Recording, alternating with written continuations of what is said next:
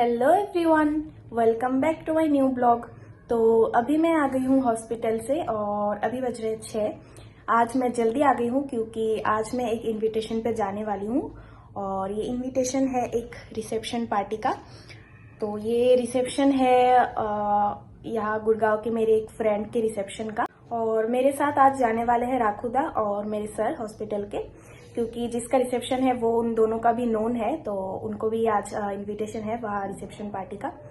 तो चलिए अभी मैं जल्दी जल्दी रेडी हो जाती हूँ क्योंकि 7 बजे तक निकल जाना है बोला है, तो मुझे तो थोड़ा तैयार होने में टाइम भी लगेगा, तो इसलिए मैं जल्दी जाती हूँ, रेडी होती हूँ और फिर आप लोगों से मिलती हूँ। तो गुड़गांव आने के बाद आज मुझे फर्स्ट टाइम किसी रिसेप्शन पार्टी का इन्विटेशन मिला है और इन्वाइट करने के लिए तो दूल्हा हमारे हॉस्पिटल तक चला आया था और हम तीनों को इन्वाइट करके गया था, तो रिसेप्शन में जाना तो बनता ही है। और रिसेप्शन में जाने के लिए तो मैं बहुत ज्यादा एक्साइटेड थी क्योंकि फर्स्ट टाइम मैं किसी नॉर्थ इंडियन शादी के रिसेप्शन में जा रही थी और रिसेप्शन का वेन्यू था community centre DLF phase 3 Nathupur. तो गाइस अभी मैं रेडी हो गई हूँ और आज मैंने थोड़ा सा मतलब एकदम प्रॉपर बंगाली लुक क्रिएट करने की कोशिश किया है।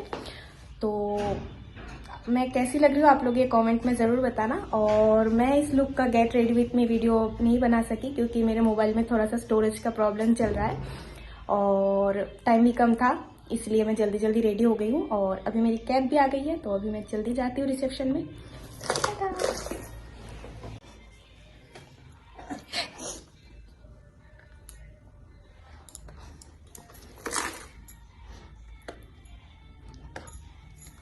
तो जब मम्मी होती है तब मैं कहीं रेडी होके निकलने से पहले ये करके देती है ताकि किसी की नज़र ना लगे। तो चलिए अभी मैं जल्दी जल्दी जाती हूँ। तो माँ के इस नुस्खे ने तो मुझे नज़र लगने से बचा लिया, लेकिन एक वायरल इन्फेक्शन से नहीं बचा पाई जो ट्रांसफरेबल था, मतलब छुआछूत वाली था, और वो मुझे लग गया था मेरी एक फ्रेंड से। और रिसेप्शन से आने के 14 डेज बाद ही मैं बीमार पड़ गई थी।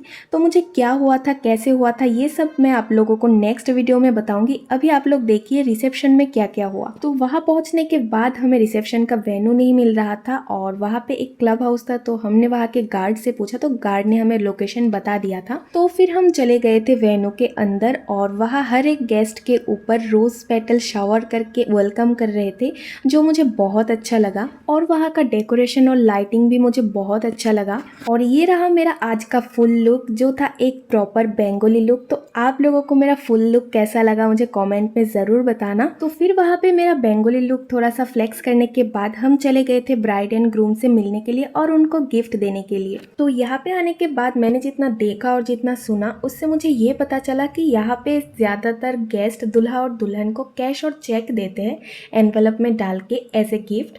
तो हमने भी वही किया, हमने भी एज ए गिफ्ट एनवेलप ही ले गए थे।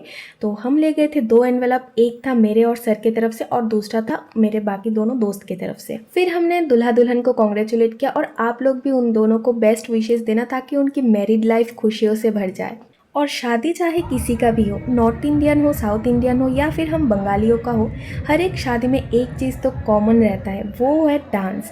और यहाँ पे भी सारे लोग जम के डांस कर रहे थे, जो देख के मेरा भी डांस करने का मन कर रहा था, लेकिन मुझे हरियाणवी गाने कुछ समझ नहीं आते, इसलिए मैंने डांस नहीं किया और हम चले गए थे डिनर करने के लिए। तो अभी हमारी बंगालियों के शादी में तो डिनर के 2 सिस्टम होता है, एक होता है बुफे और दूसरा होता है कैटरिंग वाला। लेकिन यहाँ पे डिनर का एक ही सिस्टम था, वो था बुफे सिस्टम। और खाने में भी बहुत सारे आइटम्स थे वहाँ पे, snacks, starter, main course, dessert सब था।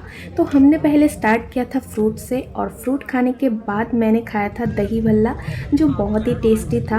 और फिर हम चले गए थे मेन कोर्स की तरफ और मेन कोर्स में भी बहुत सारे आइटम्स था, जैसे कि फ्राइड राइस, चना मसाला, पनीर बटर मसाला, दाल तड़का, मिक्स्ड वेज, पापड़ एट्सेट्रा एट्सेट्रा।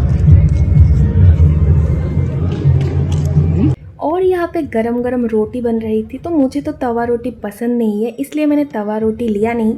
मैं चली गई थी तंदूरी रोटी के पास और मैंने लिया था एक तंदूरी रोटी।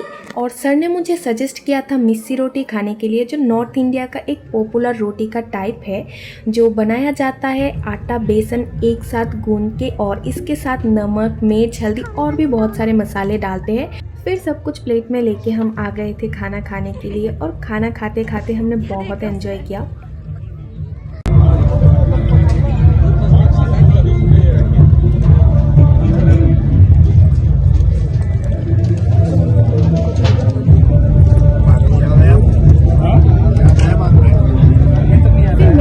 कंप्लीट होने के बाद बारी थी डिज़र्ट की, और डिज़र्ट में वहाँ पे था गुलाब जामुन और जलेबी। लेकिन मैं एक ऐसी बंगाली हूँ जिसे कोई भी मिठाई पसंद नहीं है, इसलिए मैंने वहाँ पे मिठाई कुछ नहीं खाया और मैं ढूंढ रही थी आइसक्रीम, और मुझे वहाँ पे आइसक्रीम मिल गया था। तो मैंने ले लिया था एक आइसक्रीम, और आइसक्रीम के साथ साथ वहाँ पे चाय और कॉफ़ी भी था, लेकिन मैंने चाय कॉफ़ी नहीं लिया, मैंने लिया था आइसक्रीम। और तब मुझे खांसी भी हो रही थी, लेकिन फिर भी मैंने आइसक्रीम ही लिया और आइसक्रीम ही खाया। फिर आइसक्रीम खाने के बाद हम बाहर ही निकल रहे थे, और हमने देखा वहाँ का एक रिचुअल जहाँ पे सारी लेडीज़ मिलकर नई दुल्हन को कहीं ले जा रहे थे, और उसके साथ साथ वो लोग कुछ गाना भी गा रहे थे।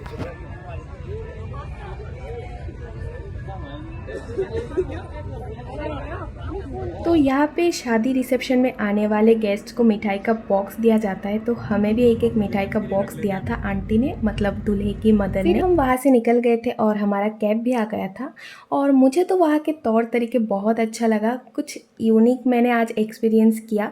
तो आप लोगों को कैसा लगा मुझे कॉमेंट में ज़रूर बताना। खोलो इस डब्बे को, क्या है इसके अंदर, देखो, खोलो। वाह, बेसन के लड्डू।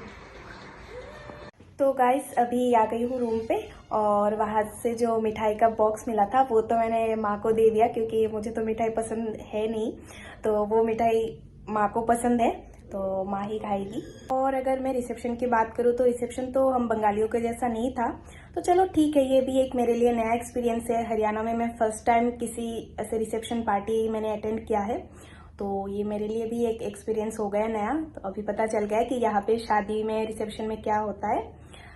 तो आप लोगों को कैसा लगा मुझे कमेंट में ज़रूर बताना।